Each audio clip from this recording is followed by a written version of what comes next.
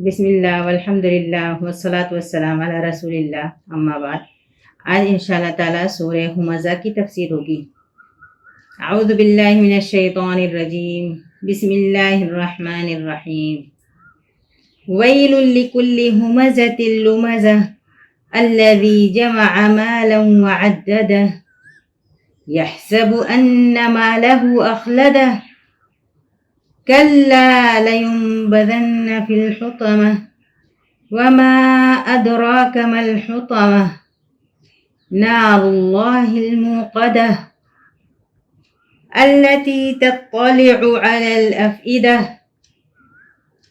إنها عليهم مؤصدة في عمد ممددة۔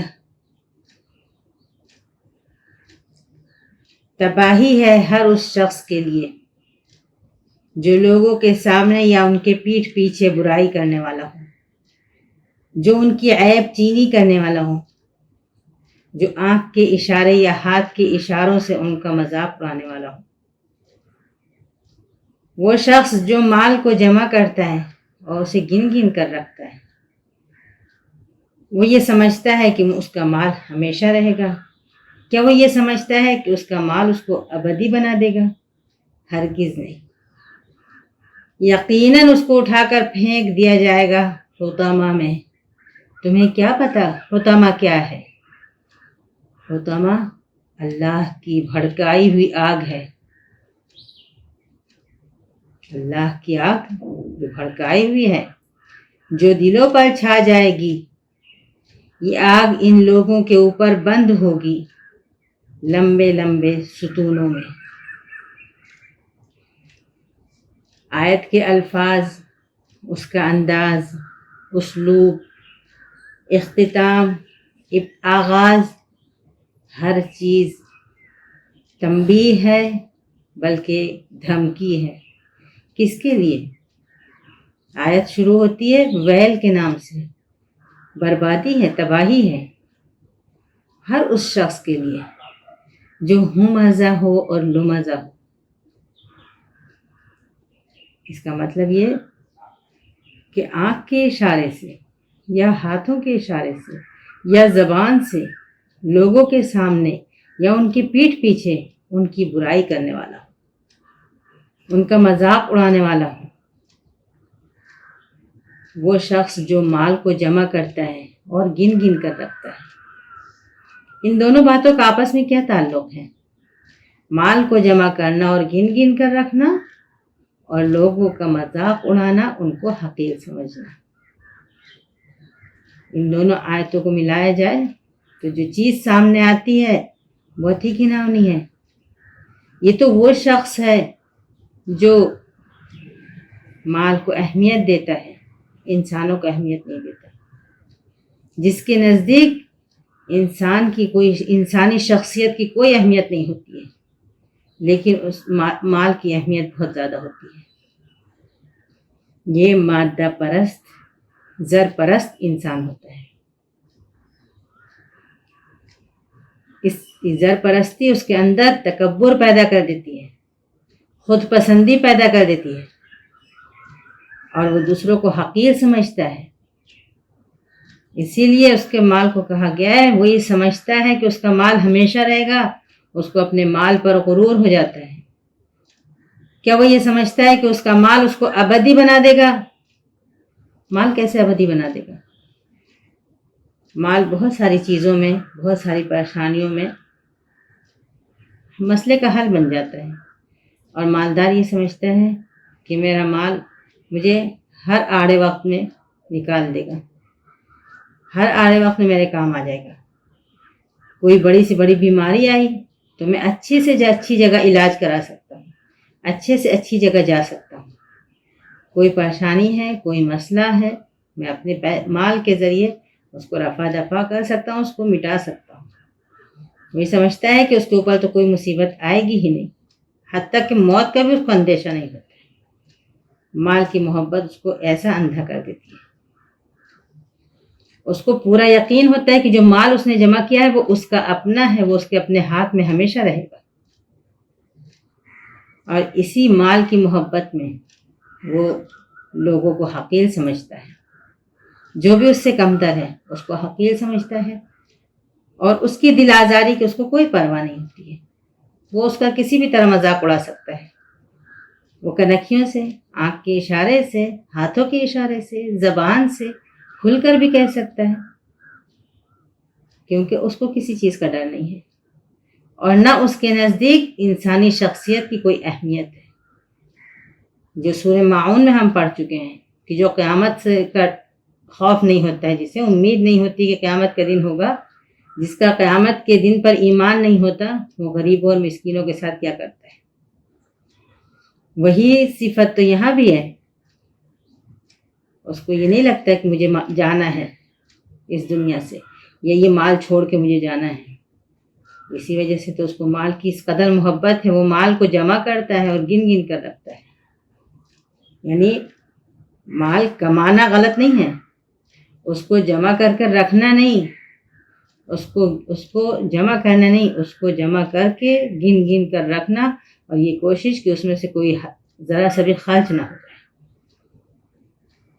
کیا مال جمع کرنا غلط ہے؟ نہیں۔ بہت سارے عبادتیں، بہت سارے احکام ہمارے ایسے ہیں جو مال سے ہی پورے ہوتے ہیں۔ کمانا غلط نہیں ہے، لیکن مقصد مال کمانا ہو جائے، پیسہ کمانا ہی مقصد ہو جائے تو غلط ہو جاتے ہیں۔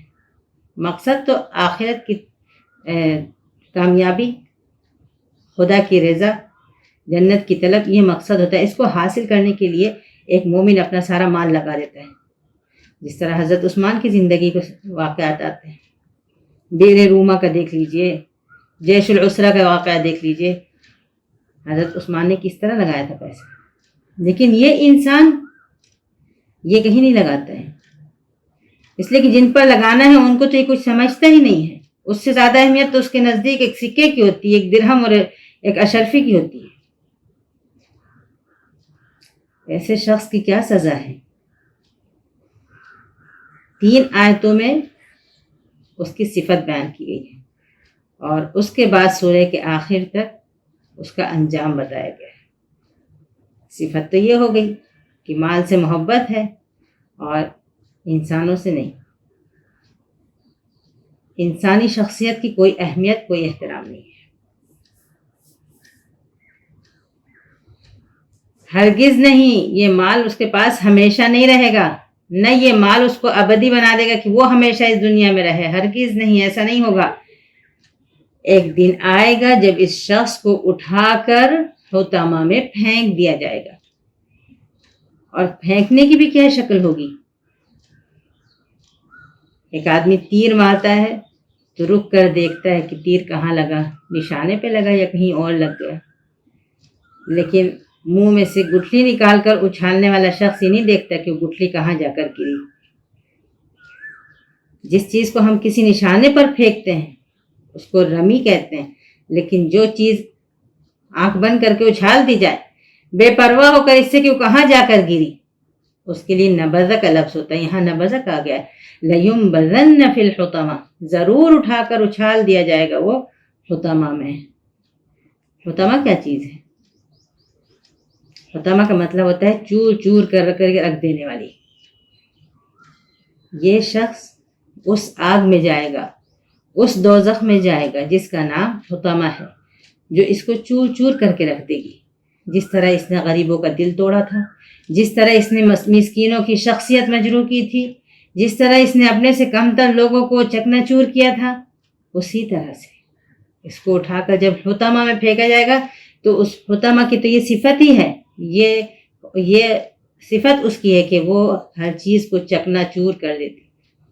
وہاں اس کو چکنا چور کیا جائے گا، اس کی شخصیت کو، اس کے غرور کو، اس کے تکبر کو، اس کی انا کو، ہر چیز کو وہاں چکنا چور کر دیا جائے گا، کیونکہ وہ اس ہی گھاٹی میں جائے گا جو چکنا چور کرنے والی ہے۔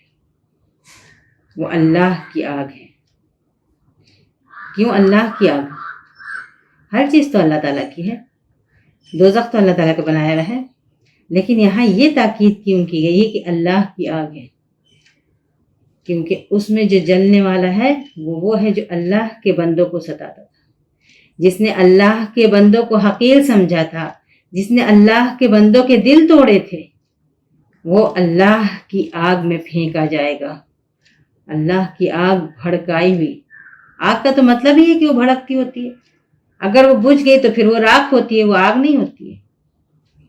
لیکن آگ کے ساتھ یہ کہنا کہ وہ بھڑکائے بھی ہے، وہ مزید تنبیہ ہے کہ ہوشیار ہو جاؤ کیا چیز ہے۔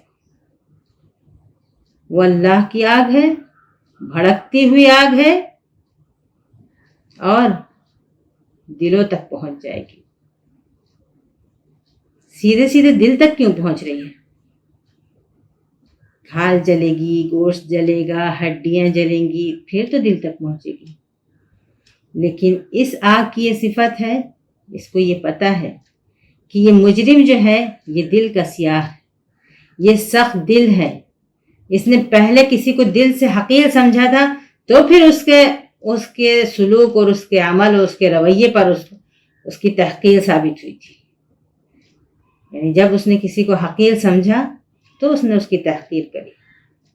پہلے تو اس کے دل میں کسی کے لیے حقارت آئی تھی،